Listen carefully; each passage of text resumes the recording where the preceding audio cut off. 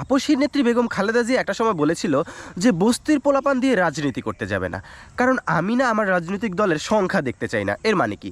এর মানে হচ্ছে একটা রাজনৈতিক দলের ছাত্র সংগঠনের সদস্যদের যখন ছাত্রত্ব থাকে না, কথা বলার মাধুর্য থাকে না কোনো শৃঙ্খলা, শুধুমাত্র দলের সংখ্যা বাড়ানোর জন্য যোগ্যতা ছাড়াই এরা দলে চলে আসে।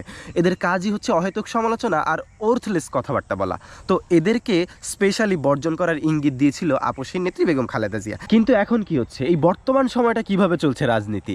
এই যে প্রবাসী যারা ভোট দিল, ভোট দিয়ে উচ্ছ্বাসিত হয়ে ভোটের ভিডিও আবার শেয়ার করলো, তাদের নিয়ে, তাদের স্ত্রীদের নিয়ে কুরুচিপূর্ণ বক্তব্য দেওয়া দলীয় কন্টেন্ট ক্রিয়েটর, সোকল্ড অশিক্ষিত মূর্খ বর্বর যখন দলের উচ্চপদস্থ নেতাদের থেকে বাহবা পায়, তখন না ভাই আমাদের আফসোস রাখার আর জায়গা থাকে না।